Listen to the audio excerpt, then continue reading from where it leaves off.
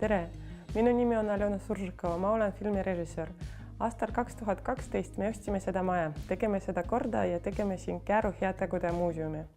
Sel aastal suvel tuli mõte, et oleks hea Kärus teha Kärude muuseumi. Ostsime 2 maju, Eesti-aegsed majad, mis on väga halvas olukorras, aga me tahame neid korda teha ja sinna mahutada kõik need kärusid. Hakkasime kärusid korjama ja neid tuli tohutult palju. Mõned me ostsime, teised kingisid, et teie, head Eesti inimesed.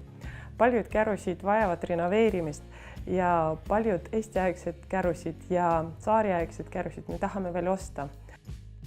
Plaanime avada juba Kärude näitust Kärus. Selleks oleks vaja veel mõned vanaaegsed kärusid kätte saada, et oleks Kärude kollektsioon koos. Ja mõned kärusid tahame restaureerida, mis vajab rahalist ressurssi.